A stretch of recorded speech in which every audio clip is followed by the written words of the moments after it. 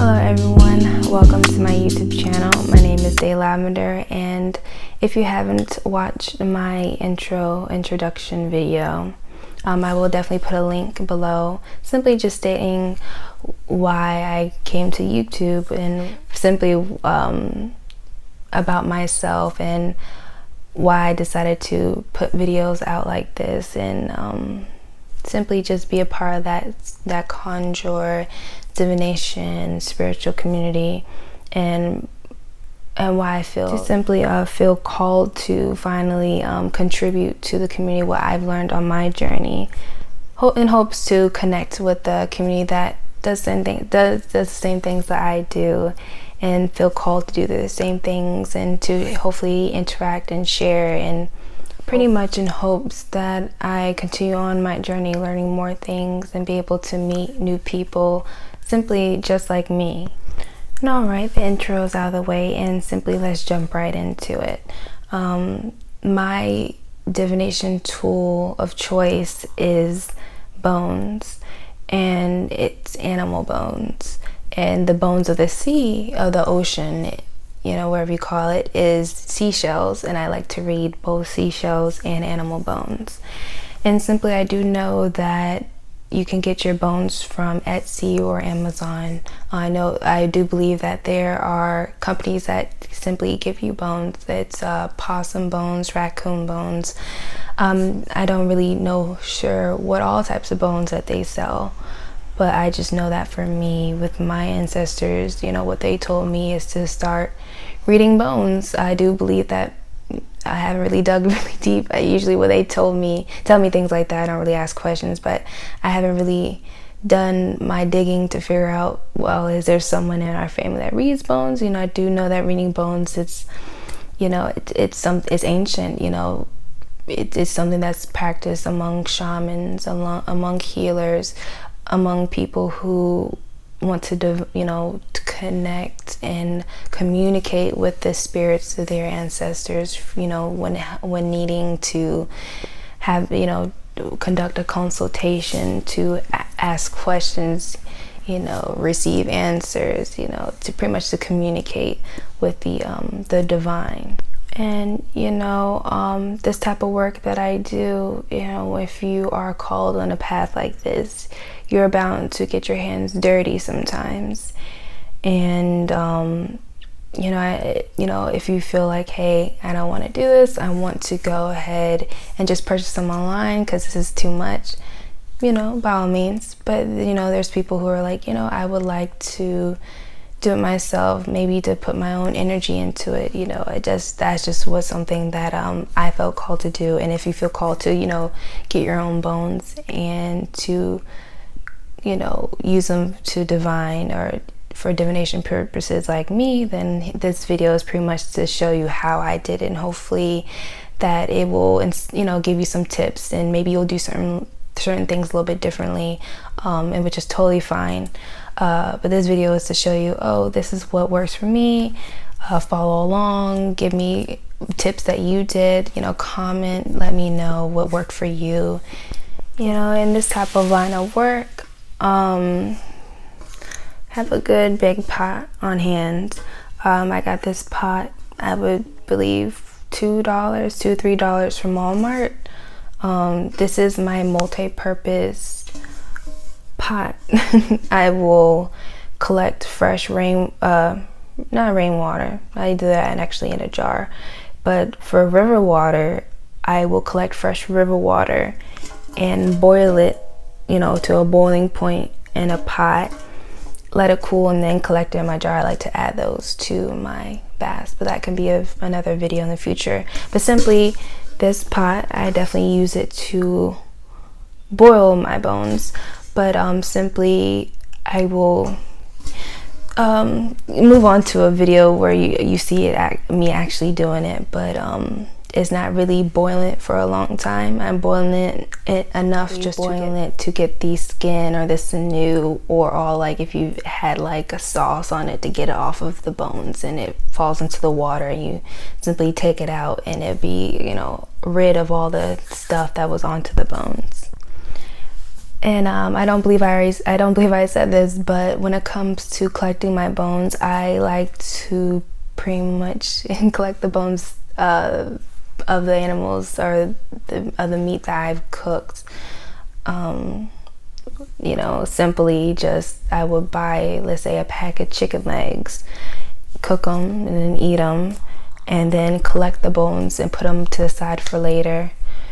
I do believe I have them right here so I can remember all of them. I believe I collected like lamb bones, goat, let's see, oxtail, chicken. That's it. Goat, lamb, chicken, oxtail, and rib bones. And I have them right now off camera, but during the follow along video, pretty much you'll see a side by side of my bones. And now, pretty much I'll show you a follow along video of how I collected them, how I had them, how I cleaned them, how I consecrate them, etc., etc.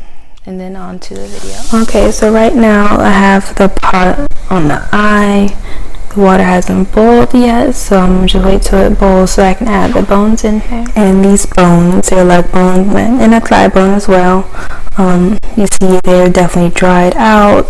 They definitely been here for a little bit, but they have a little bit crust and stuff on it, so definitely when I sit it in the solution, which I'll show you, this is how I kind of, you know, able to get this stuff off of it, simply by letting it soak in the solution, which I told you earlier, but I repeat again.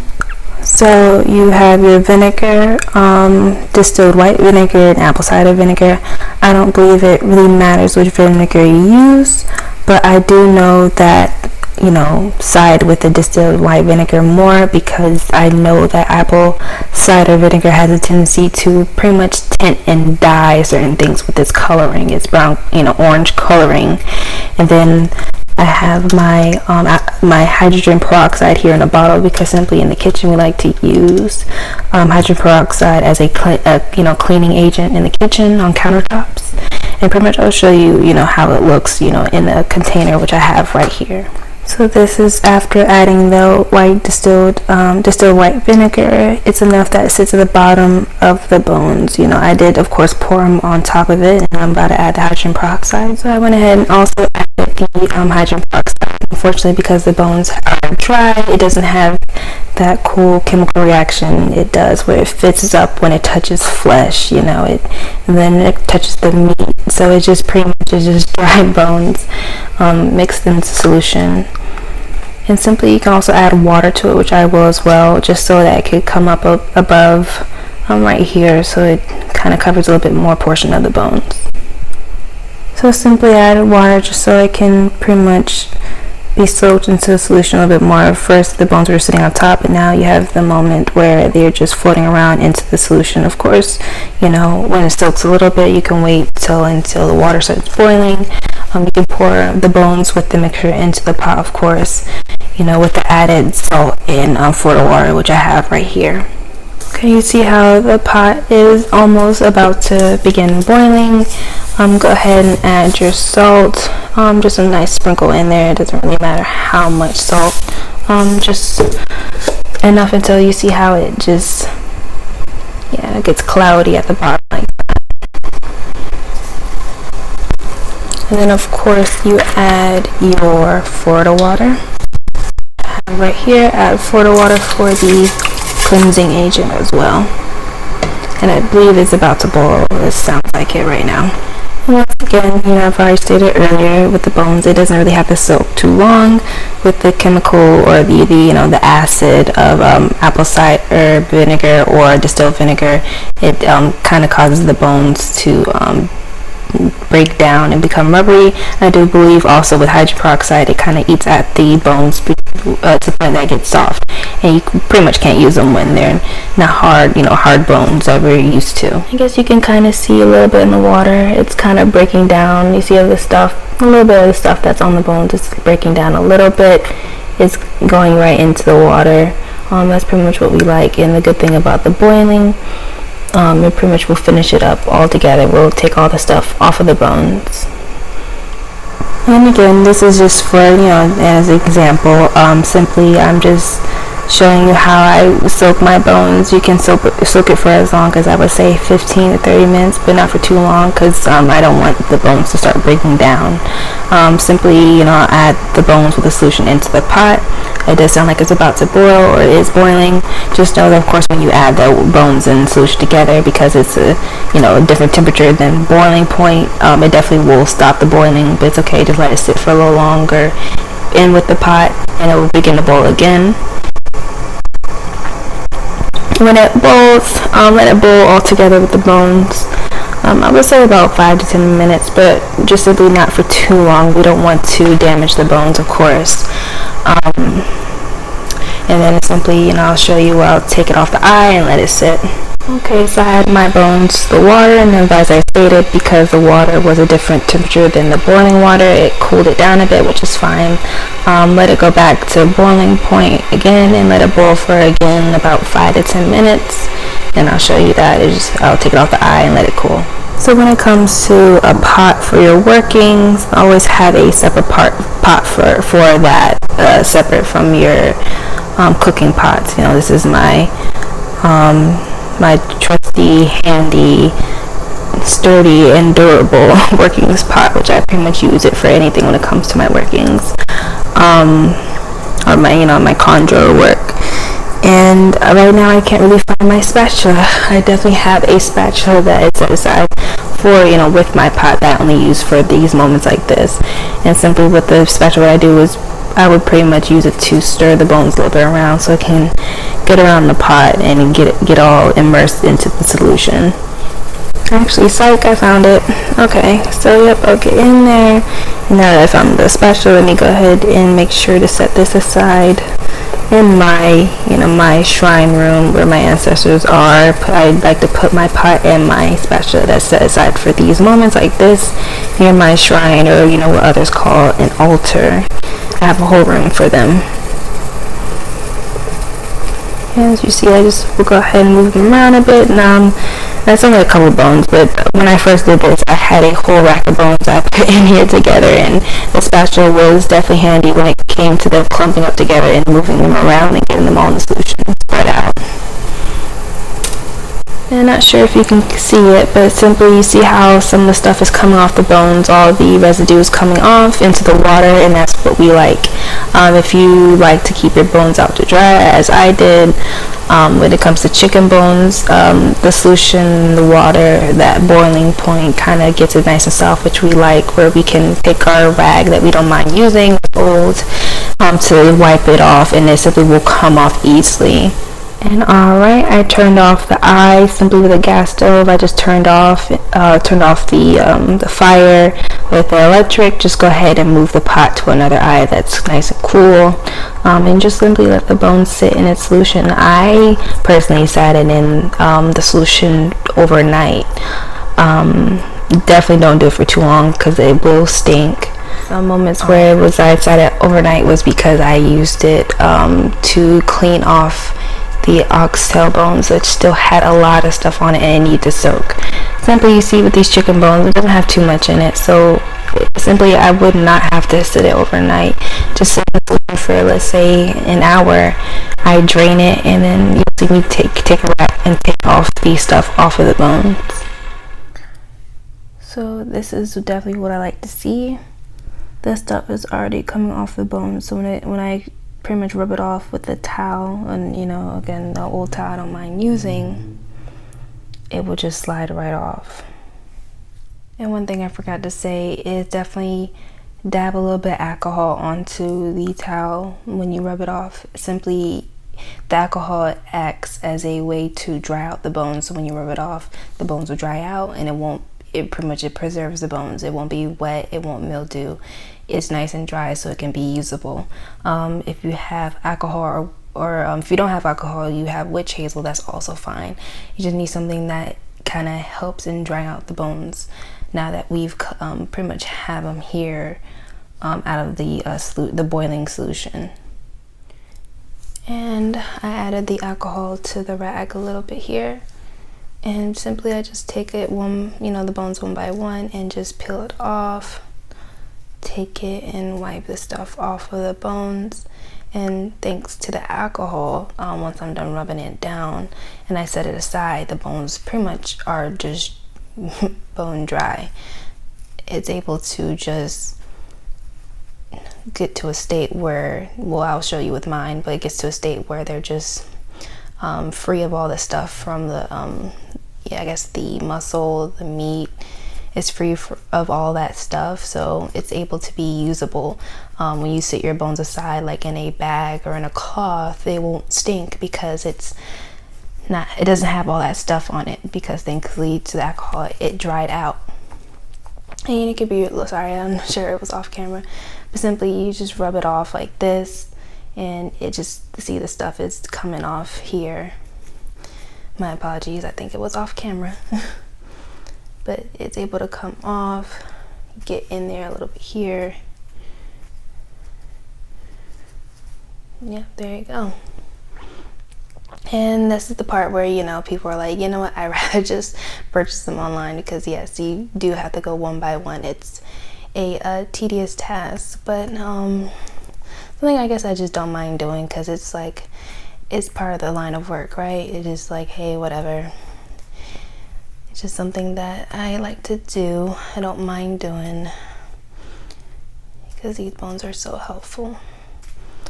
I'm able to just collect the ones that call out to me, throw away the ones that don't really feel right, and just keep them by, in my pretty much like my shrine room where my ancestors are set with their photos and everything.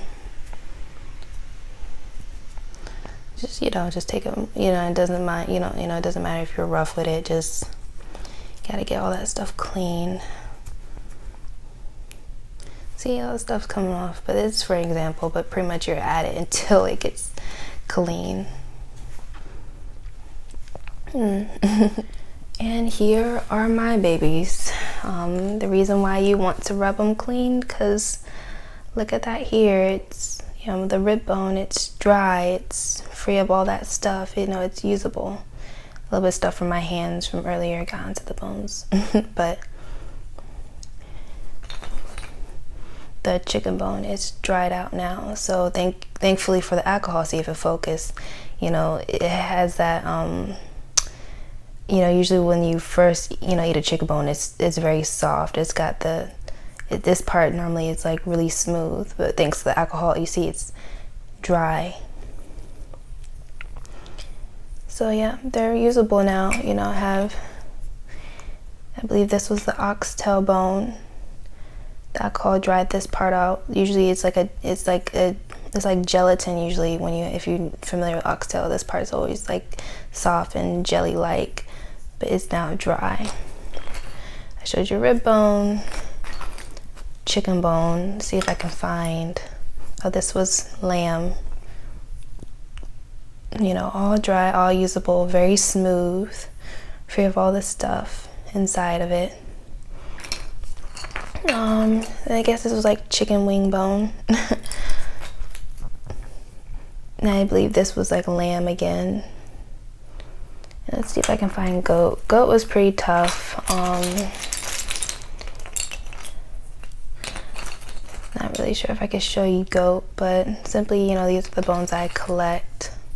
And I add like seashells, because like I stated earlier, the ocean shells, or the bones of the ocean.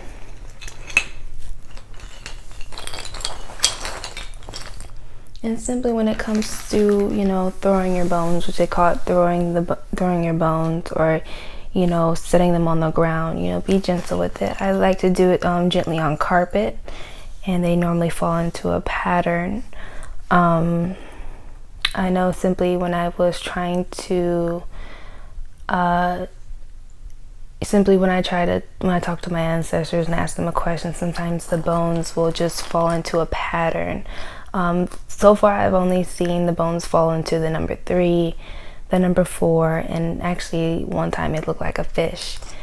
I have moments like that. You see, I add beads to it, so you pretty much can personalize, customize your bones, add beads to it, add shells from the ocean.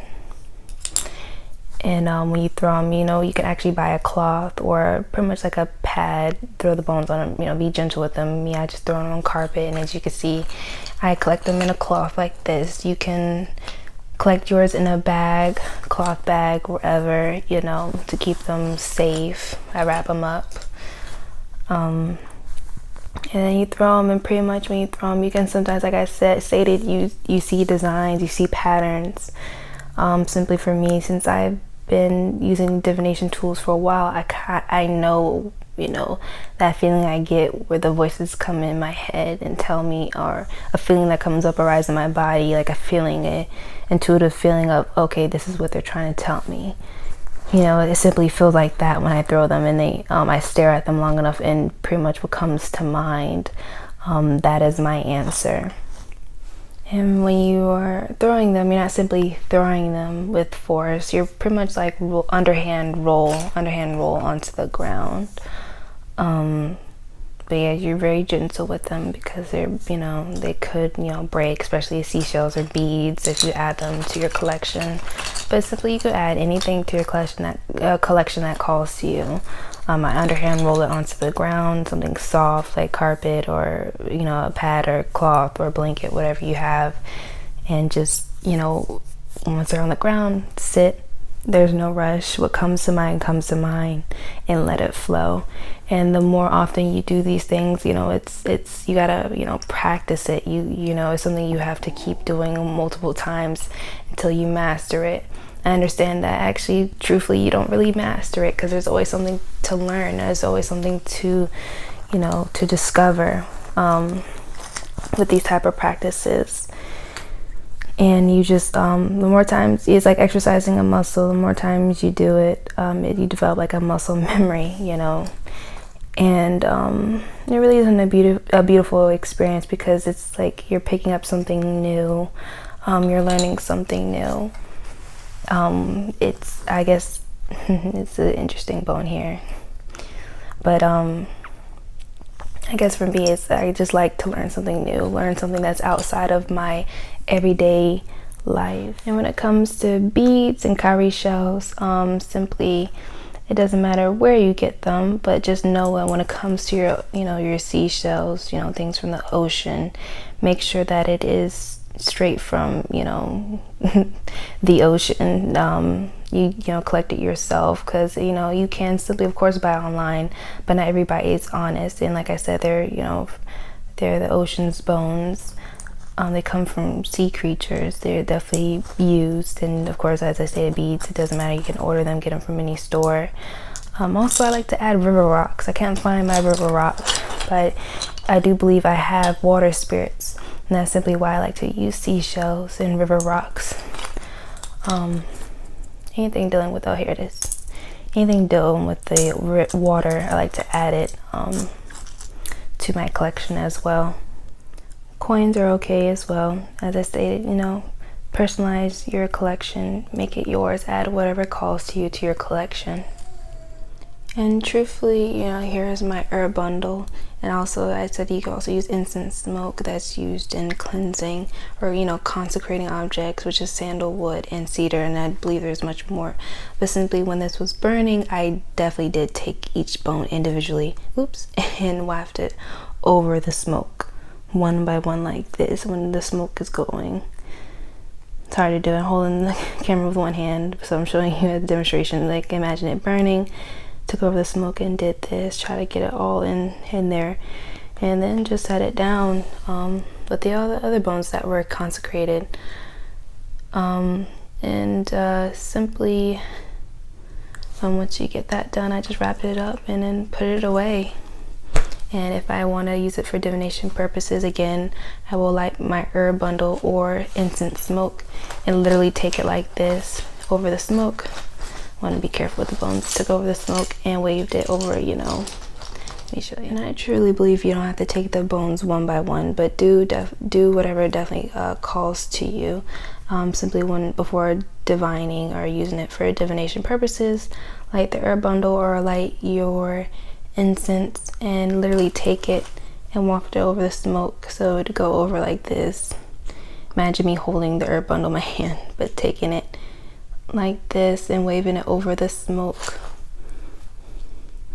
And, you know, like I said, if you like to take each bone one by one, so be it. But as you can see, I have a whole cloth full of these bones.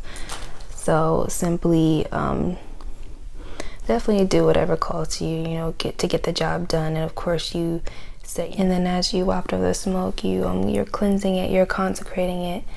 But also if you're like about to use your bones to, you know, ask a question or to ask for clarity on a situation, you definitely set your intention. You know, you say, you know, I cleanse these bones of, you know, any type of old energy, just to, like, it's like a reset. You're resetting the bones, and then when you you throw them gently, you pretty much, you know, ask to, you know, be given pretty much, you know, given like I said, any clarification or given an answer on something that's troubling you, or just any, you know, in general, anything that you may want to know.